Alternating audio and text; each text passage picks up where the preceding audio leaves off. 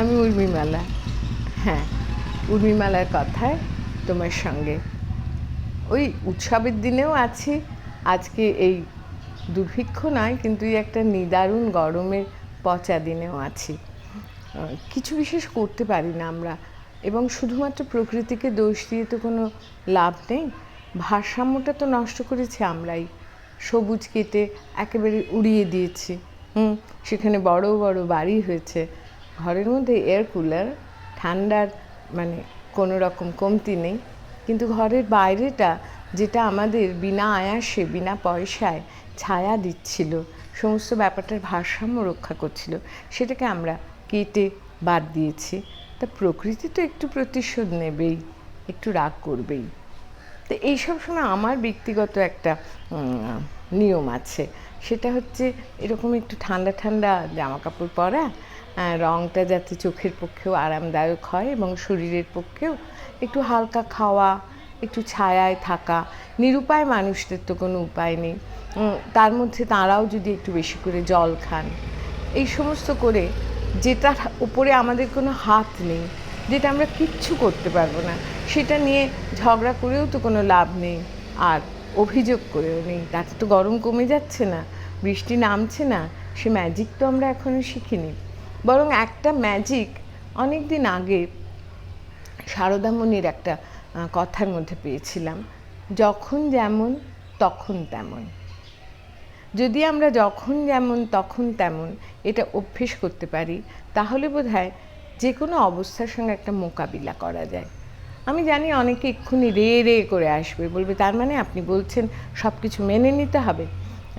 মেনে নিতে বলছি, হ্যাঁ হ্যাঁ, মনে নিতে বলছি না। গরমটাকে একদম ভীষণ করে এসো হে বৈশাখ বলে আদর করতে বলছি না, কিন্তু মেনে নিতে বলছি। উপায় তো নেই, কাজে যেতে হবে, পৃথিবী তার নিয়মেই চলবে। আর এই যখন যেমন তখন তেমনটা শুধু এই গরম ছাড়াও অন্য সময়ও যদি আমরা অভ্যেস করতে পারি।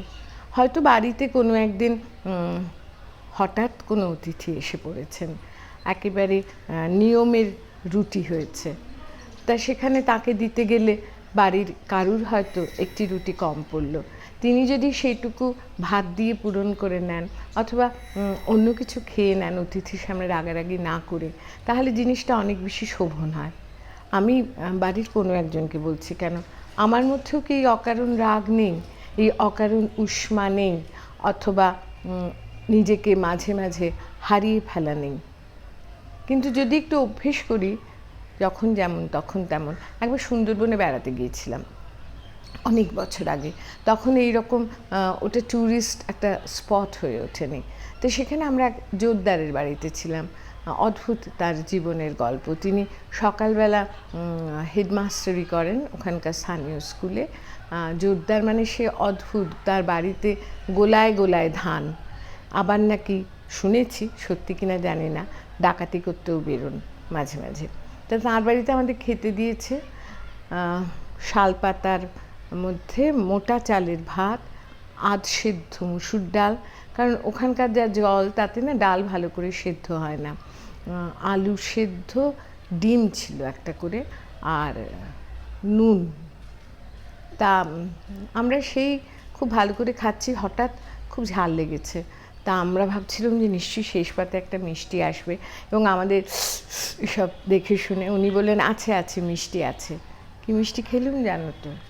চিনি। সেটাই মিষ্টান্ন, কারণ সেখানে তো মিষ্টির দোকান নেই, দৌড়ে ছুটতে অন্যরকম রসের মিষ্টি বা কিছু আনা যাবে না, কাজে চিনি সেখানে মিষ্টান্ন। এবং সেখানে সেটি মানিয়ে নিয়ে আমাদের খুব সোনা মুখ করে আনন্দ করে চলে আসতে হলো। তাই বলি কি, গরমটা নিয়ে আমরা বেশি রাগ করবো না, এমনিই গরম একটু মাথা গরম করে দেয়, বরং আমরা একটু সহ্য করি, সাবধানে থাকি, বাইরের কাটা ফল খাই না, বেশি তেল মশলাওয়ালা খাবার খাই না, এই সমস্ত করে হালকা জামা কাপড় পরে মনটা ভালো রেখে গরমটার সঙ্গে লড়ে যাই। পারবো না? সাবস্ক্রাইব করার কথা বলবো, হ্যাঁ এইখানে সাবস্ক্রাইব করো। আর কেমন লাগছে জানাও। সবাই ভালো থেকো। সকলকে ভালো রেখো।